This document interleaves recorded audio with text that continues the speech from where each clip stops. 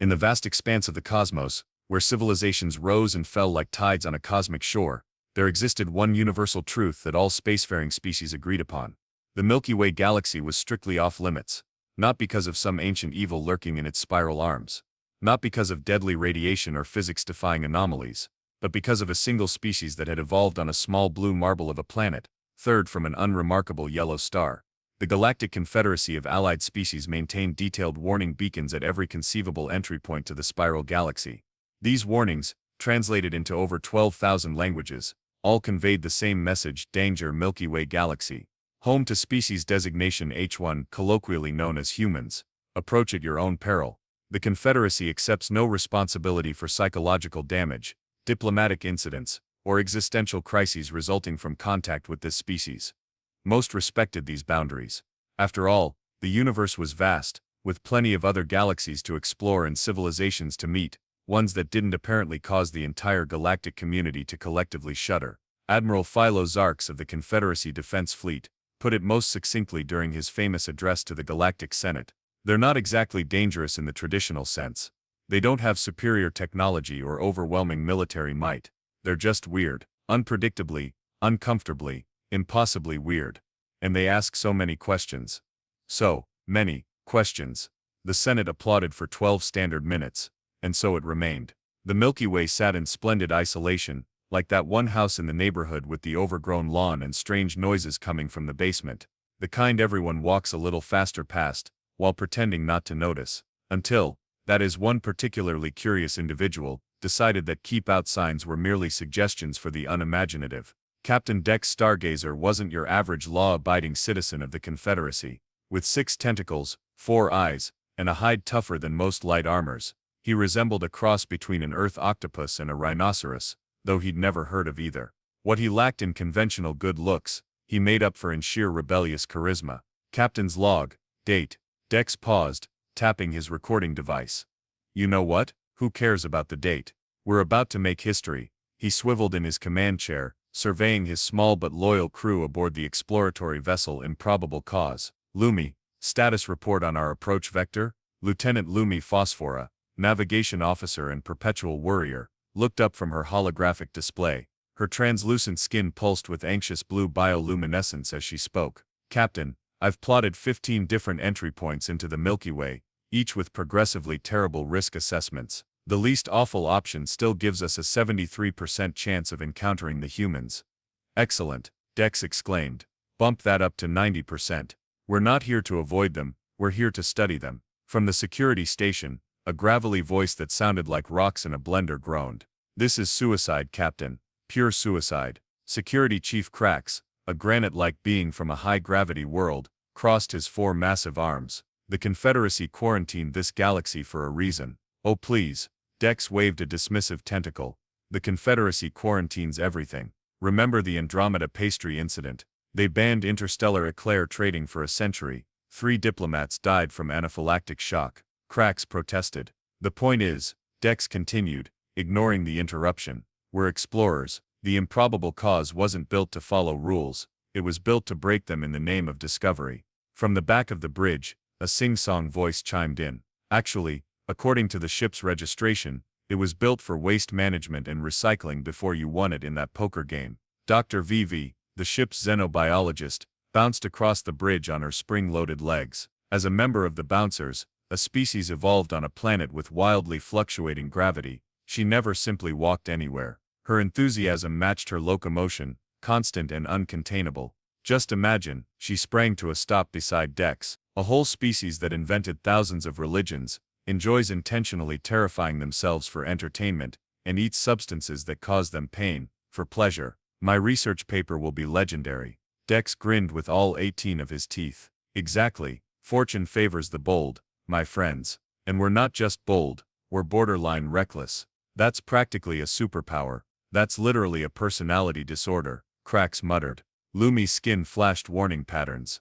Captain, we're approaching the outer warning beacons. They're transmitting the standard quarantine message. Plus, her voice dropped to a whisper, a personal note from Admiral Zarks. Override all warnings, Dex commanded. And Lumi, pull yourself together, your anxiety is making the cabin lights flicker. Sorry, Captain, she replied, her luminescence dimming slightly. It's just, no one's done this in over 300 years. The last research vessel that attempted contact returned with the entire crew, requesting voluntary memory wipes. Dex waved away her concerns. Details. Set a course for their primary population center. If we're meeting humans, let's go where they're most concentrated. VV bounced excitedly. Ooh, their dominant information network calls it New York City. New York City it is, Dex declared. A name so nice they named it twice. That's efficiency. As the Improbable Cause slipped past the warning beacons and accelerated toward the spiral arm containing Earth, Krax began updating his will on a side console. Lumi's skin cycled through stress, patterns resembling a malfunctioning disco ball, and Vivi could barely contain herself, literally bouncing off the ceiling in anticipation. Dex just smiled. This was going to be the adventure of a lifetime, assuming of course they survived it. The Improbable Cause entered Earth's atmosphere with all the subtlety of a rhinoceros in a china shop, which coincidentally, was how most Confederacy species described humans in galactic society. Stealth systems engaged, Krax announced, his granite fingers dancing over the controls. We don't have stealth systems, Dex reminded him. Right, then I've just turned off our navigation lights and hope no one looks up. It was 2:17 a.m. local time, when they hovered above what their database identified as Central Park. The ship's external sensors picked up minimal human activity, just some scattered groups engaged in what appeared to be nocturnal recreational activities. Perfect landing spot, Dex declared. Natural setting, minimal witnesses, maximum opportunity for gradual acclimatization to human presence. Vivi was practically vibrating with excitement. Their information network says this park is the lungs of the city and a criminal hotspot after dark. How fascinating that humans intentionally create safe spaces for their criminal class. Remember the protocol, Dex instructed as they prepared to disembark. Observe first, interact only if necessary, and for the love of the 13 moons, don't eat anything a human offers you. Lumi activated her chameleonic skin adaptation, blending into the night. What if they see us? We use the standard first contact greeting, Dex replied. We come in peace, take us to your leader. Works every time. That has literally never worked, Krax grumbled.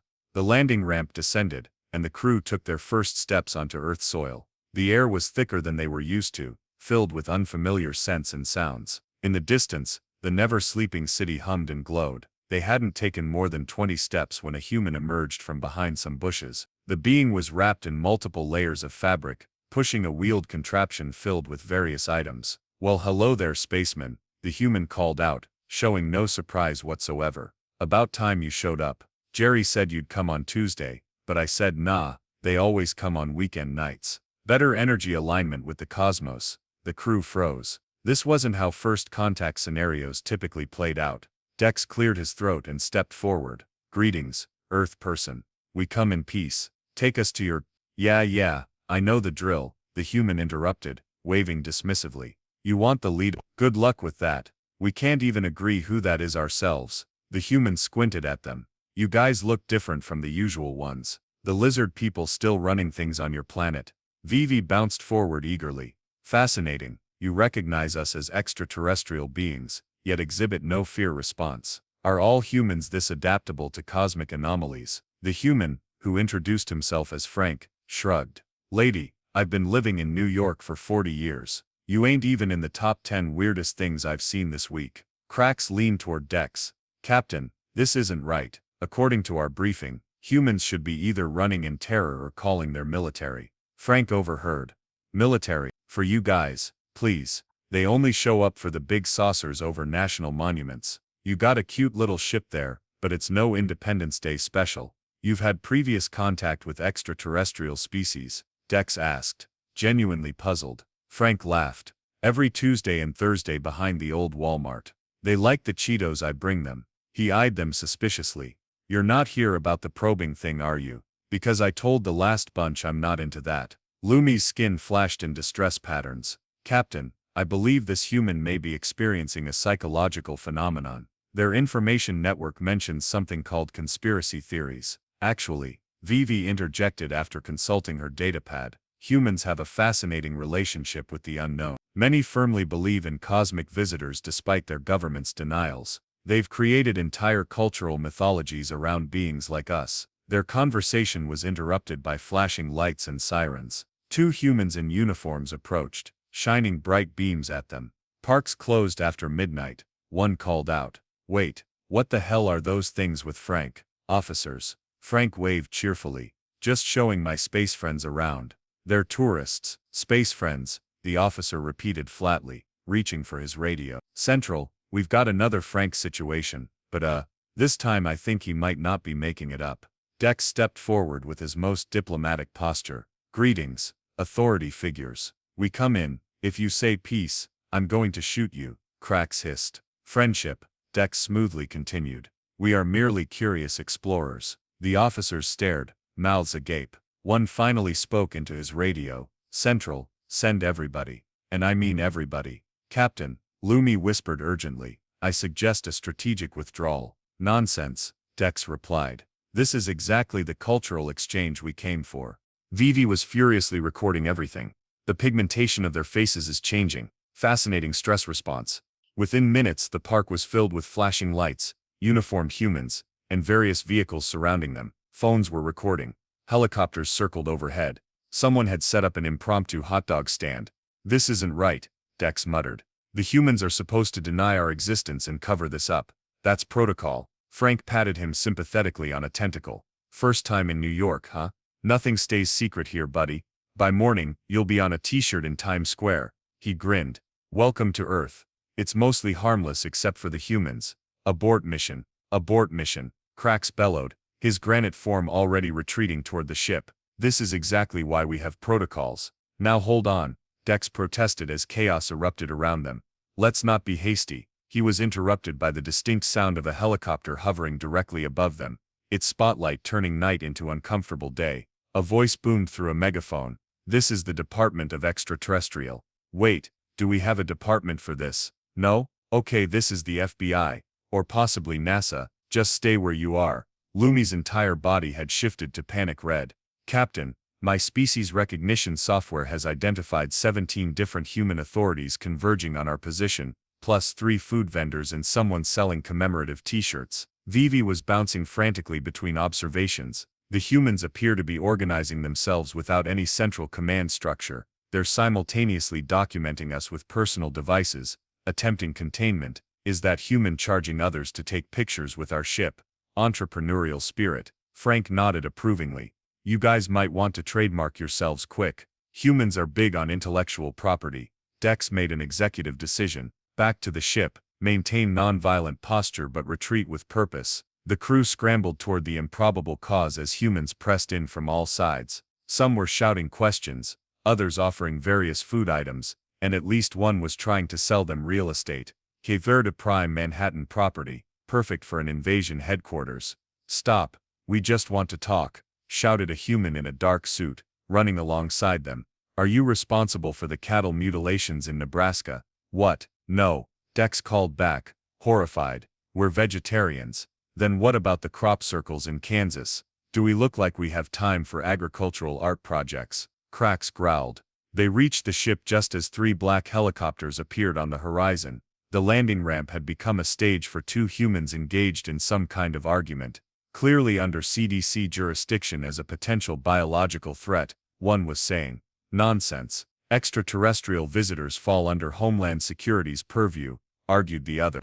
Vivi bounced past them. "Actually, according to your United Nations protocols, first contact should be managed by a multinational committee." Both humans stared at her. Did that bouncy alien just quote our own regulations at us? The crew managed to secure the ship and raise the ramp, but not before a small drone slipped inside. Krax promptly squashed it with one stone fist. "Captain, we have a problem," Lumi reported as they rushed to the bridge. "The humans have surrounded the park with vehicles, and numerous aircraft are converging on our position." "Evasive maneuvers," Dex ordered. Taking the pilot's seat, the Improbable Cause rose shakily into the air, wobbling as several humans attempted to cling to its underside.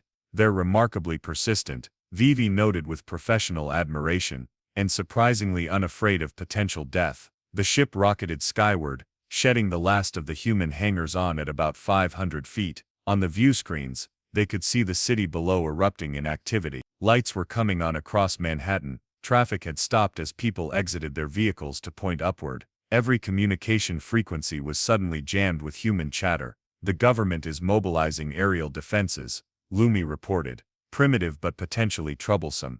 Captain, Crack said gravely, the humans are tracking us with something called Twitter. Our position is being updated in real time by thousands of observers. Switch to maximum velocity, Dex ordered.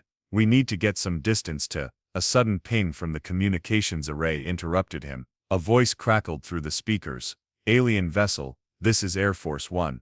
The President of the United States would like to formally welcome you to Earth and invites you to land at Area 51 for refreshments. Another voice quickly cut in. Ignore that. This is the Chinese government. We offer superior landing facilities and much better food. A third voice joined. This is Russia. We have vodka. What is happening? Dex demanded as the communications system continued to light up with incoming messages. Vivi bounced excitedly next to the console. It appears that rather than denying our existence or coordinating a unified response, the humans are competing for our attention. This contradicts all our research. Their research is centuries old, Lumi realized. Humans have evolved culturally since the last observation period. The ship shuddered as something fast whizzed past them, a primitive jet aircraft keeping pace alongside them. In the cockpit, the human pilot grinned and held up a phone, clearly taking a selfie. Set course for the dark side of their moon, Dex ordered. We need a moment to think. As the improbable cause accelerated out of Earth's atmosphere, Crack studied the sensor readings with growing alarm. Captain, the humans are broadcasting our existence on every frequency and platform. There will be no containing this. Dex slumped in his chair. So much for our discrete observation mission. On the bright side, Vivi offered, we've just made the most significant discovery about humans in 3 centuries, which is, they've developed immunity to cosmic existential shock through excessive exposure to their own entertainment media, she said proudly. Instead of fear or denial, they exhibited curiosity, opportunism, and competitive bureaucracy. As the blue planet shrank behind them, Dex couldn't shake the feeling that rather than them observing humans, it had somehow been the other way around. The dark side of Earth's moon proved to be less deserted than advertised. 3 separate human research stations, which appeared to be studiously ignoring each other despite being only kilometers apart, dotted the barren surface. Well, this is just perfect, Dex grumbled as the improbable cause touched down in a hidden crater. Even here we can't get a moment's peace. The command deck had transformed into an impromptu war room. Holographic displays showed Earth news broadcasts, social media feeds, and government communications that Lumi had easily intercepted. The humans made no effort to encrypt their excitement. They're calling us everything from harbingers of enlightenments to tentacled overlords, Cracks reported, flipping through channels. One religious group has already declared you their messiah, Captain. Me? Why me? Apparently your head tentacles resemble someone from their ancient texts. Dex massaged his cranial appendages self-consciously. That's speciesist. Vivi bounced between screens, absorbing information at a frantic pace. Captain, I've made a discovery. The humans' entertainment media, science fiction they call it, has been preparing them psychologically for extraterrestrial contact for centuries. That's absurd, Lumi protested, her skin flickering with skepticism. No species deliberately conditions itself for cosmic revelations, but they have. Look at these cultural artifacts. Vivi pulled up images from human movies, books, and television shows featuring every conceivable type of alien. They've imagined contact scenarios ranging from total annihilation to harmonious cooperation. They've mentally rehearsed every possibility. That explains their lack of shock, Dex muttered. But not our next move. The ship's proximity alert suddenly blared. On the external cameras, a small primitive-looking spacecraft was approaching their position. How did they find us so quickly? Cracks demanded. Lumi's skin flushed with embarrassment. They might have followed our ion trail. Their technology is primitive but surprisingly effective. The approaching vessel was barely larger than a shuttle, clearly designed for lunar operations rather than deep space travel. As it landed nearby, the crew tensed. Weapons check, Cracks ordered. We don't have weapons, Dex reminded him for the 100th time. We're a scientific vessel, then I'll throw rocks at them. I'm made of rocks. It's practically self-defense. The external comms crackled to life. Alien vessel, this is Dr. Elena Kapoor of the International Lunar Research Coalition. We, brought snacks. The human's voice was tentative but friendly. Also fair warning, 3 separate military missions are about 40 minutes behind us. We thought you might appreciate the heads up. Dex looked at his crew. Opinions. It's a trap, Cracks said immediately. It's an opportunity, Vivi countered, bouncing with excitement. It's unprecedented, Lumi added. her skin cycling through thoughtful color patterns. Dex sighed. Let them in. But cracks, keep your throwing arm ready. The lunar scientists, 3 humans in slightly mismatched spacesuits, entered through the airlock with cautious wonder. Dr. Kapoor, a middle-aged woman with streaks of gray in her dark hair, led the group. Behind her came a lanky young man introduced as Dr. Chen, and a bearded older gentleman who simply went by Brooks. Your ship is amazing, Dr. Kapoor said, looking around in awe after removing her helmet. Not at all what we expected. What did you expect? Dex asked curiously. Something sleeker, honestly. This looks like a retrofitted garbage scow. It is a retrofitted garbage scow, Dex admitted. Scientific funding isn't what it used to be. Brooks was studying the crew with professional interest. You're all different species. Yes, Vivi bounced forward. The Confederacy includes over 12,000 sentient species across 27 galaxies, except humans of course. You're quarantined. About that, Dr. Chen said, pushing his glasses up his nose. Why exactly are we on the galactic naughty list? Before anyone could answer, the ship's alarm blared again. Lumi rushed to the console. Captain, something's approaching from the far side of the moon, and it's not human. On the view screen, a sleek black vessel appeared, at least 10 times the size of the Improbable Cause. Its design was unmistakable, angular, predatory, and bristling with weapons. Praxians, Cracks growled. Confederacy Intelligence Division. Intelligence? Dr. Kapoor asked. Like spies. More like secret police, Dex explained grimly. They enforce the quarantine.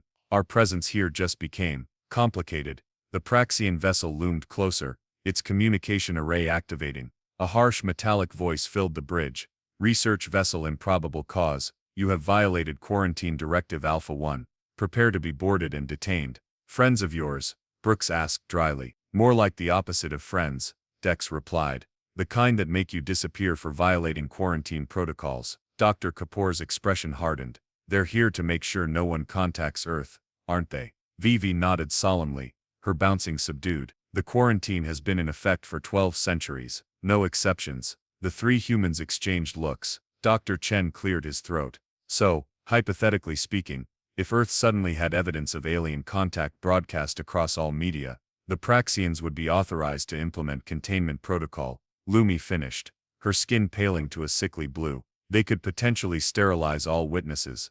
Sterilize as in, Brooks trailed off, as in vaporize half of North America, Cracks stated flatly. Silence fell over the bridge. The Praxian ship was now close enough that its docking mechanisms were visible, extending toward the Improbable Cause like metallic tentacles. Well, Dr. Kapoor said finally, straightening her shoulders, I suppose we all just became allies. Against a Confederacy intelligence vessel. Cracks barked out a laugh that sounded like grinding stones. With what? Your primitive lunar shuttle and our garbage scow. Dr. Chen smiled thinly. Actually, about that shuttle, we might have slightly modified it with some technology we found buried on the far side of the moon about 10 years ago. All 4 alien crew members turned to stare at him. What kind of technology? Dex asked slowly. Brooks grinned. The kind your Confederacy probably thinks was thoroughly destroyed 12 centuries ago when they implemented the quarantine. Vivi's eyes widened. You found ancient precursor technology, and you made it work. Humans are remarkably good at making things work, Dr. Kapoor said with a modest shrug. Especially things we probably shouldn't touch. For the first time since entering the Milky Way, Dex felt a glimmer of genuine hope. I believe, he said carefully, this is the beginning of a beautiful if completely unauthorized friendship. The next 30 minutes were a blur of coordinated chaos. While the Praxian vessel prepared its boarding protocols, meticulously following standard operating procedures with all the flexibility of a tax code, the unlikely alliance hatched a desperate plan.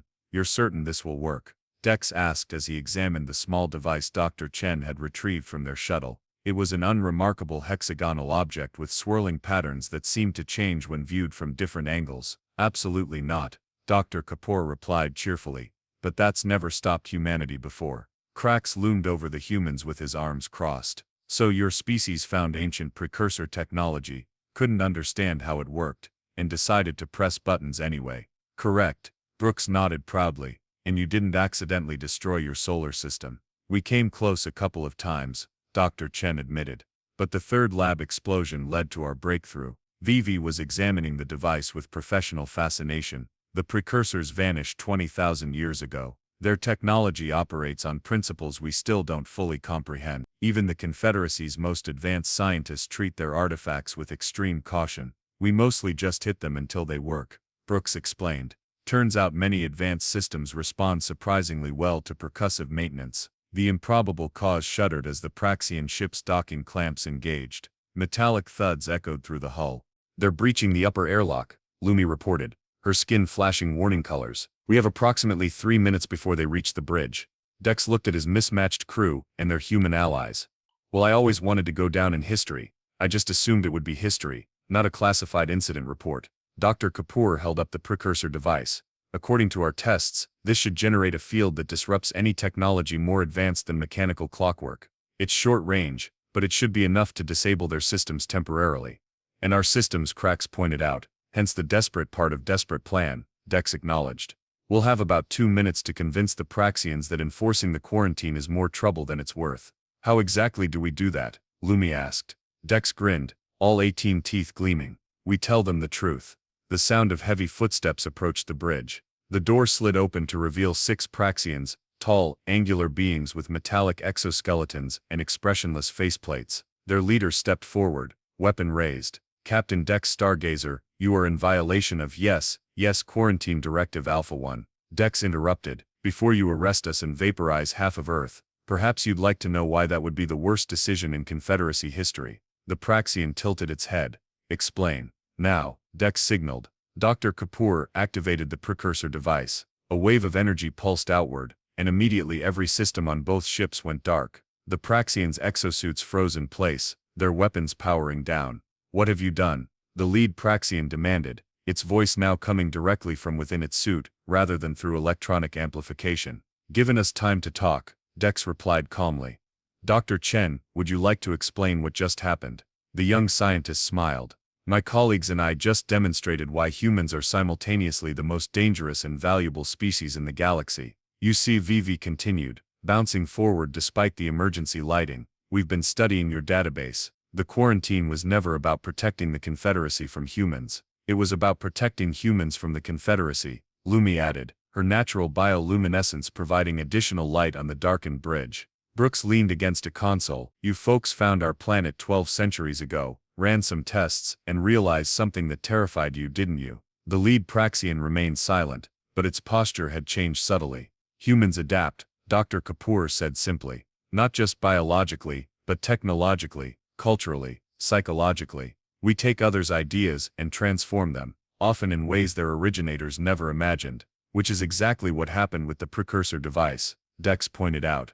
Technology your scientists treat with reverent caution, humans repurposed into a portable EMP by hitting it with a hammer. The Confederacy didn't quarantine Earth because humans are primitive, Cracks realized, looking at the Praxians. You did it because you were afraid of what they'd become if given access to advanced technology too quickly, and how they might change the Confederacy itself, Vivi added. Humans don't just adapt, they cause everything around them to adapt. The lead Praxian finally spoke. The Confederacy exists in harmony because evolution occurs at a predictable pace. Species advance gradually, joining the galactic community when they're ready. Humans accelerate the process unpredictably.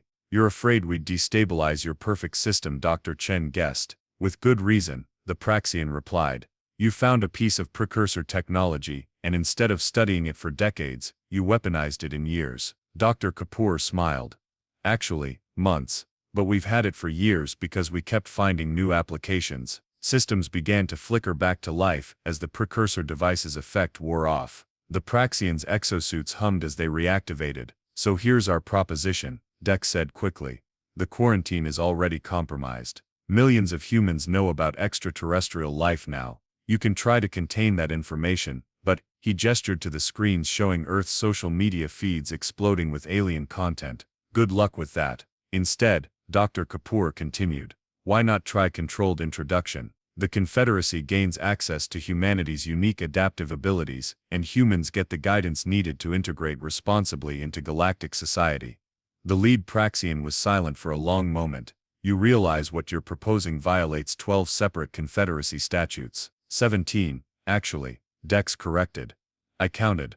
But enforcing the quarantine now would require resources beyond even the Intelligence Division's capacity, the Praxian acknowledged reluctantly. Not to mention, Brooks added with a sly smile, "We've already reverse-engineered enough of your technology from this encounter to make significant leaps forward. The genie's out of the bottle."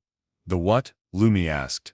"Earth expression," Dr. Chen explained. "It means once something is revealed, it cannot be hidden again." The Praxian commander looked at each person on the bridge, then activated a communication device. "Central Command, this is Enforcement Unit 7. We require policy guidance regarding an unprecedented quarantine situation." A pause. "Yes, unprecedented.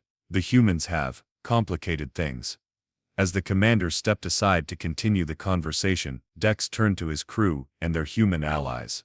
"Did we just change 12 centuries of Confederacy policy through sheer recklessness and percussive maintenance?" Dr. Kapoor added with a grin. "Don't forget that part." VV bounced thoughtfully. "You know, there's an old saying in xenobiology, the most interesting adaptations occur at the boundaries between worlds." "I suspect," Dex replied, watching as more and more Earth communications lit up their screens, "that the galaxy is about to become very, very interesting." Outside the viewport, Earth hung like a blue jewel against the blackness, a planet whose inhabitants had just accelerated their cosmic destiny through that uniquely human combination of curiosity, adaptability, and a complete disregard for instruction manuals. The quarantine was over. The universe would never be the same.